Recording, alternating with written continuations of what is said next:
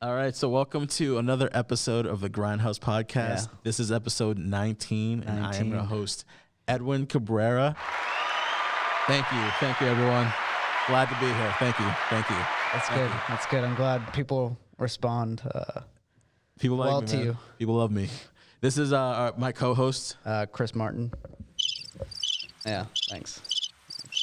No, Thanks for that. you don't like it that much because you never talk. Yeah, fuck you, because you're talking too much. Hey, I only talk to fill the awkward silence. I feel like we don't have awkward silence too much on this pod. Yeah, because I avoid awkward silences. So anytime there's a split second of awkward silence, I'm a little I jump into it. Do you think it's like? Do you think part of it's because a lot of times when we have an artist on, we keep it to an hour, so we always have like a bunch of questions that we have to like try to get through. Yeah. I think that's part of it. Yeah, that is. We definitely there's because there's so much that we want to get into that 1 hour that like we're like really like going through it very quickly. Exactly. So we try to keep it entertaining by not rambling too much. Yeah. And two, get as many questions as we can in within an hour time, because we're not gonna do a 2 hour, 3 hour plus podcast. Yeah, that's not what we're here for. We don't have enough time for it. We definitely don't have enough like resources on our own off day to like really kind of really do that, figure out how we're gonna fill 2 hours, because we definitely didn't want to be 2 hours of just straight up rambling. Well, that's the thing too, is just like a lot of those like 3 hour podcasts they're having like a very like they're just having conversation. They're not like ours is more like question Q&A format. Obviously a little mixed in with like just conversating and shooting the shit, but that's what sidebars is for. Exactly.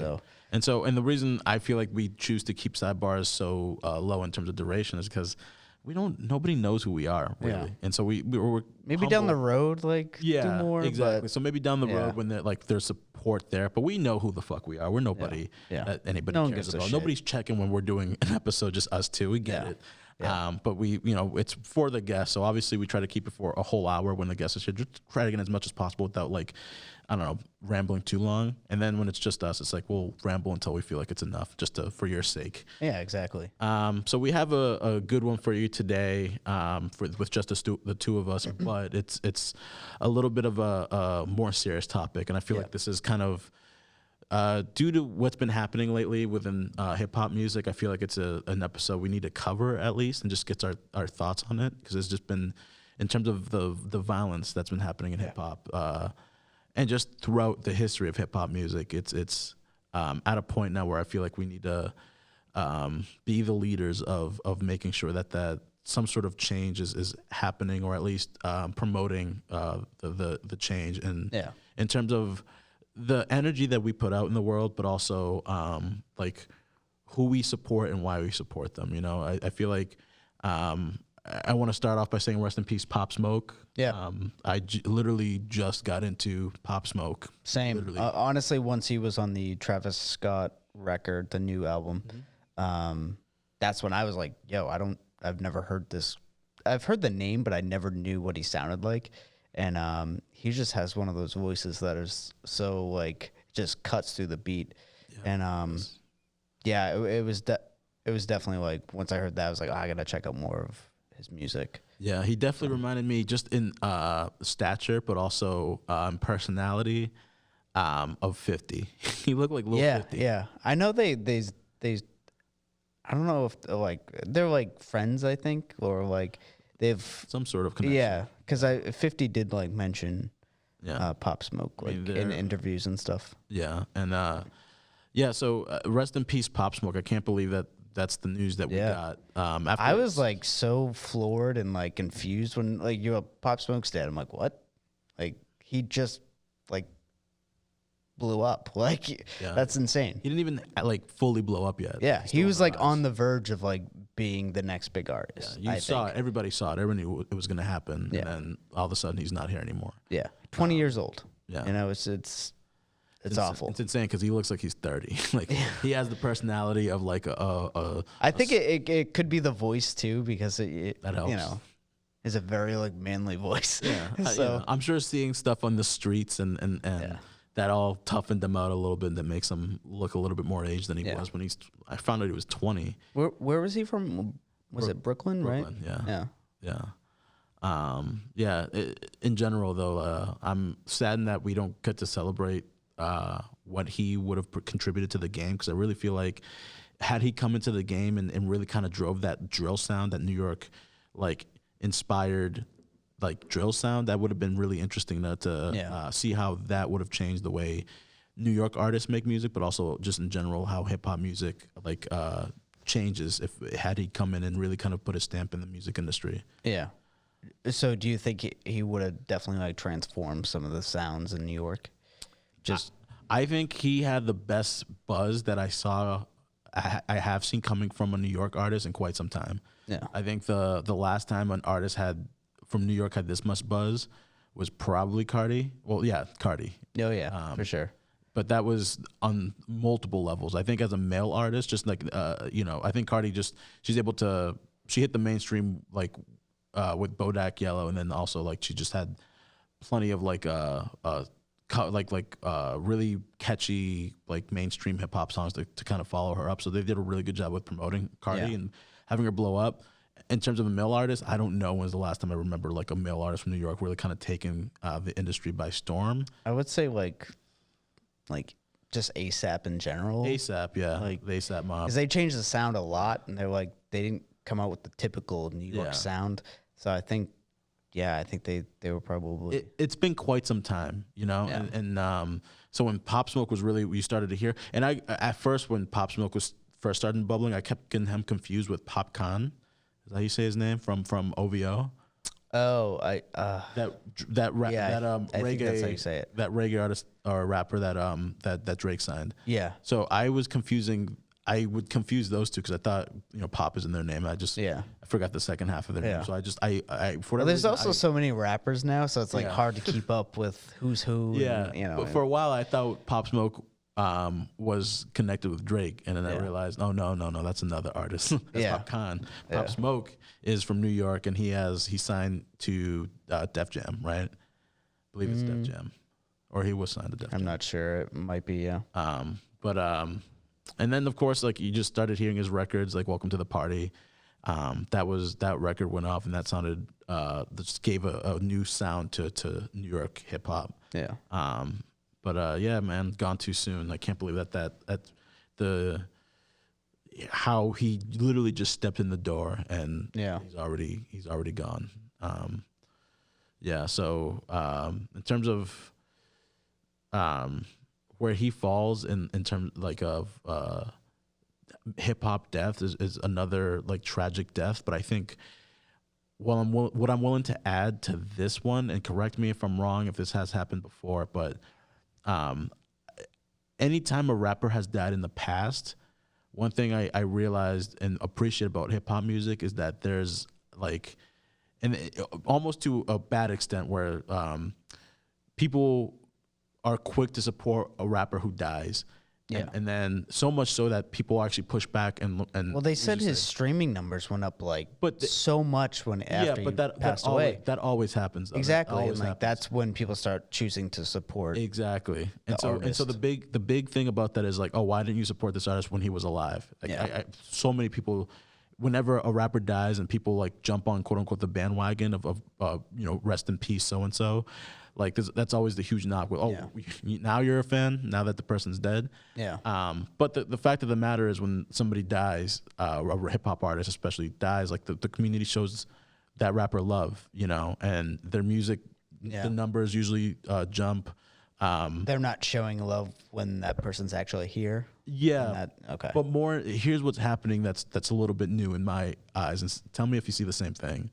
I think lately the deaths in hip hop has been becoming so much more frequent that there's a little bit of a desensitization happening. People are becoming more desensitized to rappers dying. Yeah. Honestly, we have a few a year that are really big. Yeah. Especially in the last few years. Yeah. Obviously, not all of them stem from violence. Some from like drug use. The three and biggest things like ones. that. The three biggest ones, which I would consider, I mean, they're probably the biggest ones because of the violence. But Nipsey Hussle, Pop Smoke, XXX. Yeah, 3 gunned down in terrible ways for reasons that could have been within the last 2 years. Easily avoided. Absolutely, yeah. So and then you have Mac Miller. I think you're referencing with the drug overdose. In Juice WRLD. In Juice WRLD also drug overdose, accidental drug overdose. I say on that one because he was trying to hide the drugs from the cops. I think is what led to that. I believe that's what was the case. But but the violence and the drugs are really kind of eating away at these rappers, and it's becoming sort of like you can look at it as an epidemic because of the. I don't remember a time in hip hop. Do you remember a time in hip hop when these many rappers were dying left and right? No. And obviously, you have like your Biggie Smalls, your like Tupac stuff, but that's 2 people that were murdered, and those deaths had a lasting effect on the music industry. We still talk about that today. Yes, like to this day, that's still one of those. Both of those deaths are those deaths in hip hop that like is cemented in the music. Like, people know about those deaths, even 100%. If you were born afterwards, you knew about it. But I feel like it happens so much now that like you can't even keep up. It's not exactly. It's not cemented as much. Like that Biggie and Tupac when they died, that almost their deaths was almost like a martyrdom. Their music and their popularity only grew and stayed after their deaths. I don't know if that same thing is going to happen with these rappers who've passed away in the recent years, because I'm afraid that because so many rappers are passing away, there is going to be a more of a desensitization to rappers being killed. It becomes such a common thing that you almost expect it from an artist, and I think that's it's weird. It's definitely a weird time here's why I say that. Music. Here's why I say that. Sure, Pop Smoke numbers, I think if they say 392%, like it went up 392% since his death. Like 23 million streams or something like that. It's something crazy. I don't feel like, okay, so when Nipsey died, and Nipsey I said was the last time we really kind of, and understandably so, his music was much more powerful in terms of the message than just being an ordinary rapper. But his death obviously and also like the things he did outside of hip hop as well. So his death was celebrated, but I what I'm seeing with Pop Smoke, it was almost like when it happened, everybody was like glued to social media. They were shocked. But it feels like people have moved on quickly. Also, like we have just moved on and accepted it. I don't know if there's any sort of healing that needed to happen. It normalizes this thing happening to like artists. Yeah, they might have a shelf life, and like it's common for them to die, and that to me is so weird. Yeah, it is. Like, I don't know. Yeah, it's pretty sad, but it just woke me up. I was like, and I don't know if I'm just like this is the way I process death. I always look at what's wrong in terms of how other people process can death. We fix this? But I'm just very wary of going down that rabbit hole where in hip hop in the near future, like rappers dying just becomes like terrifying. part of the art. It's terrifying, I think. Yeah. Like, do you think like people think twice about like being an artist because of all these deaths, or? I definitely think lately I've heard more artists talk about the fact that they don't want to be famous, so that might have something to do with it. Yeah. Because I think when we phrase it like, do you think that fame makes people scared of dying? Yeah. No, but especially if you have already fighting demons. Well, that too, and it's like, dude, you're walking down the street and like, you can't walk down the street alone by yourself. If you're already fighting demons, whether it be like if somebody is actually after you, like that doesn't go away when you get more famous. Like it happens more. Yeah. If you crossed a bridge or burned a bridge or whatever happens, or let's say before you're famous, you have severe social anxiety, which I feel like some of these hip rappers and R&B singers and musicians in general, some of them, they come in the industry, Summer Walker, for example, and have like huge like mental health issues that kind of stop them or make them second guess becoming famous in the first place. So maybe there's something to that, Well, yeah, I mean, you when you have like all that money and like you sort of have like a sense of freedom, and you can do things that like not the normal person can do. Do you think that plays sort of like a factor in? Yeah, I do. I think mostly what plays a factor in maybe not the money so much, and yes, but like, all right, I think there's a few things. One is especially with hip hop music, I think a lot more of our artists in hip hop and the culture, and just it's natural because of the background that a lot of us come from. Yeah. We have a lot of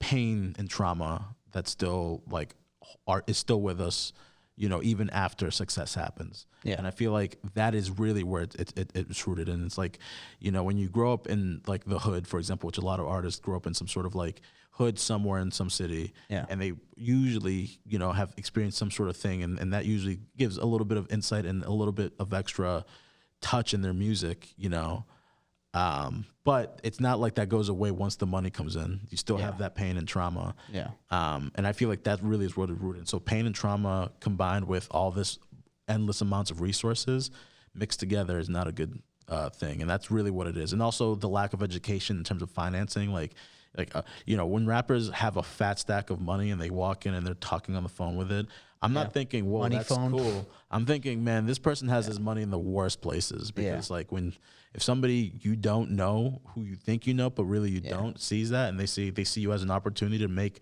a fat stack of money, that's it. That's all. I mean, So there's also that. So I think it's the pain and trauma with the money, but also the lack of education in terms of safely, like, having investing the money, like, putting it in the bank, just being responsible with money, because there's a lot of these rappers who like are having not, like not every $100K in cash on you is it's kind of risky. I don't want to say every rapper's like that, but there's a lot of rappers who feel like they have to do that, and that's well, it's a status. It's a status thing, and I feel like that could also be a part of the reason, if you're talking about part of the reason why these things happen. Yeah, I think that's also part of the reason why these many rappers are being shot and killed, because of the whole status thing. Like, that's what happened with X. Yeah, X was riding around with a bag full of cash. Yeah, in the hood, living in the hood, driving around with a bag full of cash in his fancy $85,000 car at least. Yeah.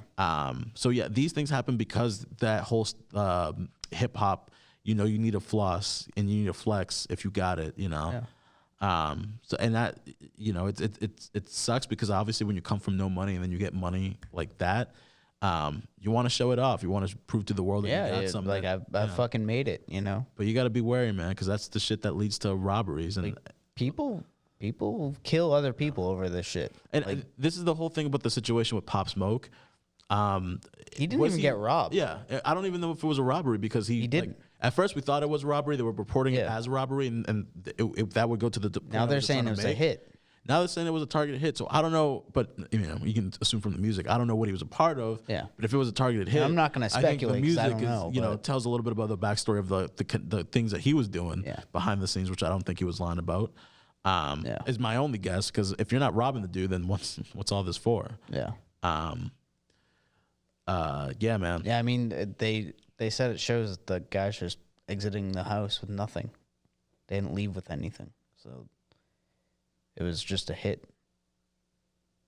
I wonder if he had security with him. Like, I wonder how that. They said it was like a house of people. Like, we threw a party. I heard that part. I have heard zero about security. Yeah, which makes me wonder if he. Honestly, if you're got that kind of money, that's the first thing you should do. Well, maybe he's rolling with boys who have guns, and he's like, I got my boys, my guns. That's security, which he's not lying. Yeah, but, true. But unless they're but they're not also working the night shift, I guess. And making. But sure then like the house. I was seeing things on like social media that apparently he basically like posted his like address.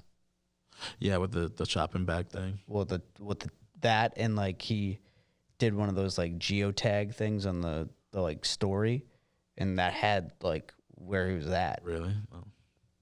So it's like that's the stuff. Like that's the thing is like, all right, well then you're not getting robbed, but there's probably some people out there that want to hurt you or whatever, and they see that and they see it as an opportunity, and I'm surprised, and I hate to compare like two people in terms of, I'm surprised this person's not dead. But I am really surprised 50 Cent has outlived all of these people. Yeah, I mean, he had all the beef. He still does. Yeah, he hasn't stopped beefing since he walked like, into the industry. Like 6ix9ine. Yeah, I know. You know, he's it's outlived crazy. all these people. 50, I don't know what he's like a unicorn. Yeah, I don't know what it is about him. He's like somehow has avoided. And I think that's what makes 50 so like interested in like the 6ix9ine story. Yeah, because like obviously what he did, obviously 6ix9ine, he beefed with a lot of people too. Yeah, you know, and he was kind of like untouched.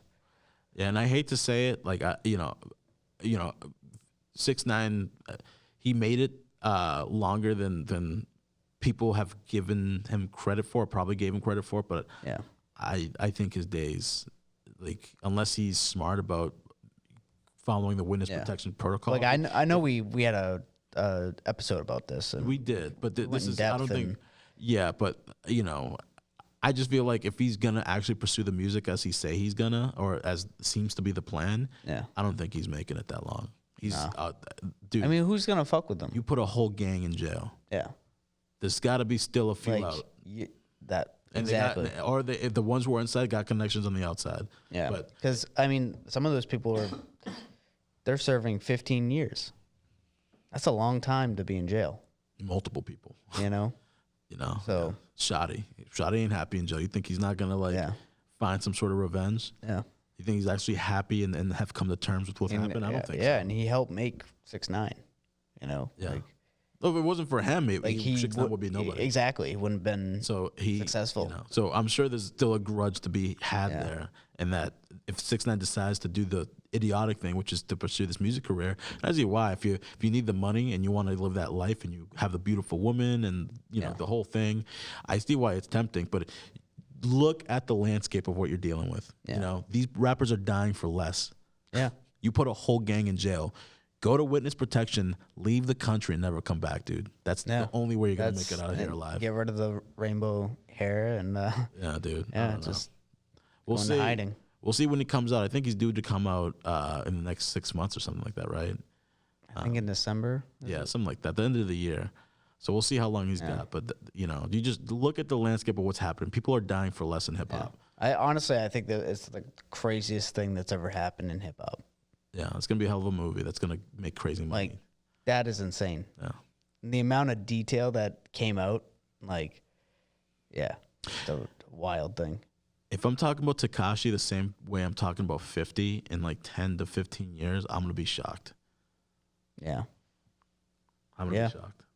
We'll see. I mean, we could speculate all fucking day, but we're not gonna know until he's out and he decides what he's doing. Yeah.